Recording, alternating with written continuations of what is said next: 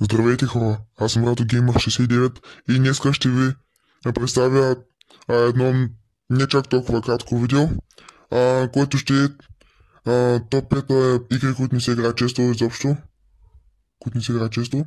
И хора, не забравяйте да дадете по един лайк и да се абонирате за мен и да пръсите камбанката, за да не пропуснете някое видео.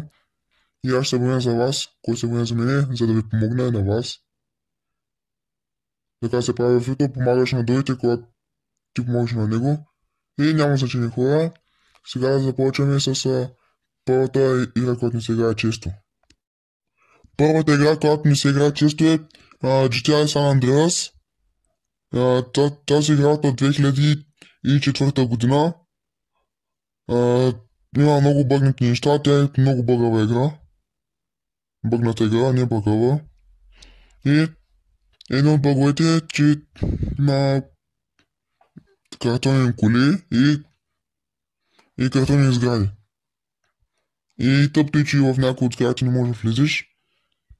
И GTA San Andreas е бъгната игра, в която има 100 мисии да изпълняваш. Или 99. А пък последната мисия е около половин час се изпълнява. И хора, тази игра предпочитам да се изтеглите, защото за мен е много яка. Може да изпълняваш мисии, да читваш и така нататък. И е бъгната игра, може да правиш бъгове и така нататък и така нататък. Да не ви да изборявам бъговете, те са много. Има и митове легенди в тази игра. Хубавото е, че тази игра можеш да играеш свободно.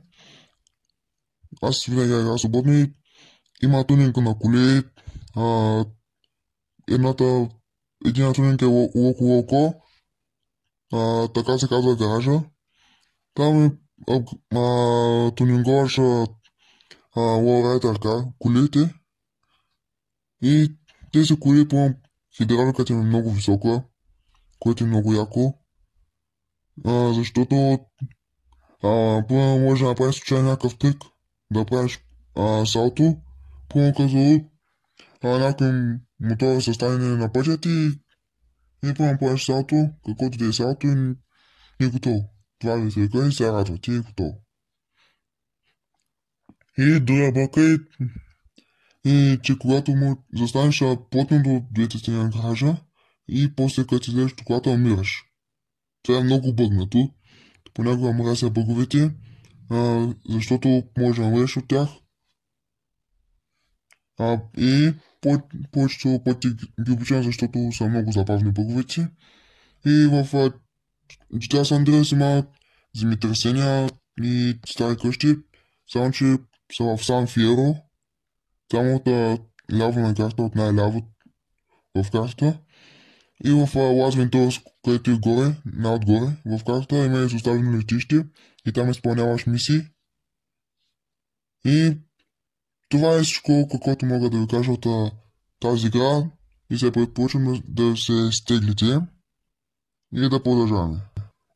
Втората игра, която не се играе често е Clash of Clans. В тази игра можете да строите и да апгрейдвате герои, примерно като Wizard, Barbarian King, арчерките, Giant, Inferno Dragon, пеката и Хокрайдера и така нататък. И в тази игра можете да апгрейдвате спилове и също можете да апгрейдвате сгради и стени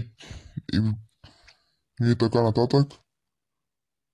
И в тази игра получавате еликсири и голд, когато атакувате. И там печелите купи. Както на всяка игра в Supercell. Това като Brawl Stars и като Clash Royale и като тази игра.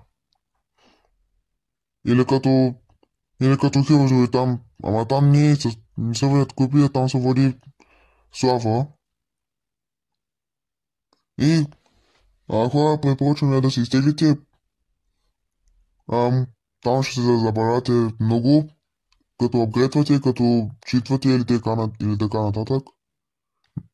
Яка е тази игра, ама не ми се занимава да я тегля. Защото аз играя Brawl Stars, Hero Zero и GTA San Andreas. И това е всичко от тази игра, което мога да ви кажа. И да продължаваме с третата игра, която не се играе често, което е много тъпо. И за мен е тази хубава игра. Третата игра, която не се играе често е Minecraft. Аз лично все още я играя, само че много рядко я играя. Имам я в телефона си и тази игра представлява едни квадратни неща, които се строят. От тях се строи къща, блок, апартамент или хотел. Каквото искате можете да построите. Можете в тази игра да правите а, компютри големи, работещи, само да знаете как. Или да правите инсталации в къщата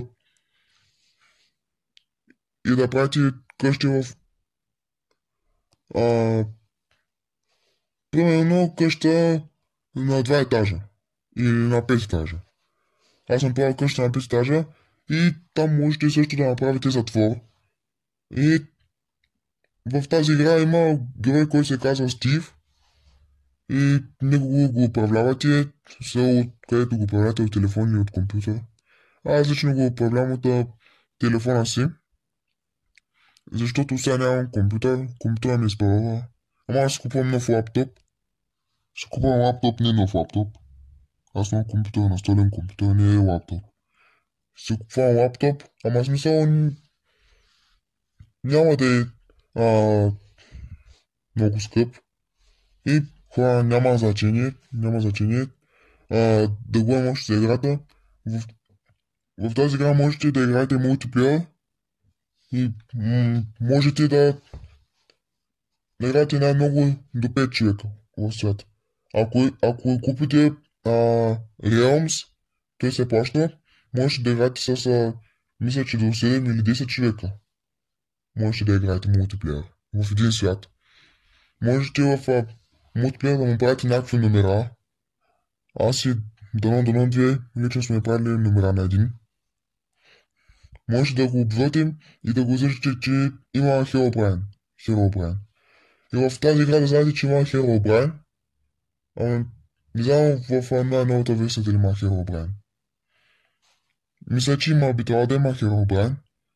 И тази игра я предпочитам да се изтеглите, защото можете да правите къщи, градове, села и така нататък. И можете да правите зловещо имение, да го построите, ако искате. Или можете просто да въведете семето на света, в света. И така можете да имате имение. Или когато се включите интернета, да ви изпише, че има зловещи имения и така нататък. Примерно село и така нататък. И хората продължаваме с предпоследната игра, която не се играе често. Третата игра, която не се играе често е Subway Surfers. Аз също не играя, защото ми доскоча и ми писна от нея и изтрих. Тази игра е игра, в която прескачаш влакове и някакъв полицай те гони. Полицай с кучета гони. И можете да му избягате, можете да не му избягате, зависи. Има и препятствия. За тази игра няма какво да ви кажа много, защото съм забрал за нея. И има много версии, про Subway Surfers в Лондон, Subway Surfers в Чайна, мисля, че беше. И така нататък в градове. И тази игра, ако горе-долу не ви предпочитам да се изтегляте, не знам, както искате, аз не ви насилвам.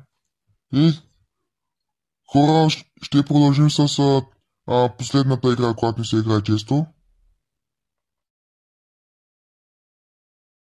И последната игра, която ми се играе често е Clash Royale. Clash Royale не се играе, защото тази игра е много лесна. В смисъл лесна, можеш да събереш много а, ле- карти за легендарки. А преди за мен беше трудна игра. Може да получиш колкото си кажеш легендарки. Зарма 5 или Зарко 05 а, има всичките легендарки. И хората, знаете, абонете се за него и дайте лайк по един лайк на видеята му. Той ги прави много добре видеята. И сега хора няма значение да продължаваме към играта. И в играта има много хубави легендарки, е, е, епик карти, рер карти. И така мисля, че беше, защото не съм играл от 2 или 3 години. Или една от... Не помня от колко, да не ви лъжа. Тази игра ми е скучна, защото е много лесна, по-лесна от Brawl Stars, може да се падне някой легендари, много лесно. И аз искам да се пада лесно легендари, ама то те е тъпо става. И Brawl Stars е по-яка, защото е по-сложна, по-такава игра. Ще снимам видео на нея. В събота ще ви снимам видео на нея. Няма да ви кажа какво е. Няма значение. Clash Royale може да атакувате дуо. В смисъл, както примерно в Brawl Stars Duo Showdown, само ще 5 отбора там, 10 човека, там има 4 човека. Общо, 2 в отбор. И хора, това мога да ви кажа в играта, за играта. И хора, това от мен ще се чуем на другото видео. Чао!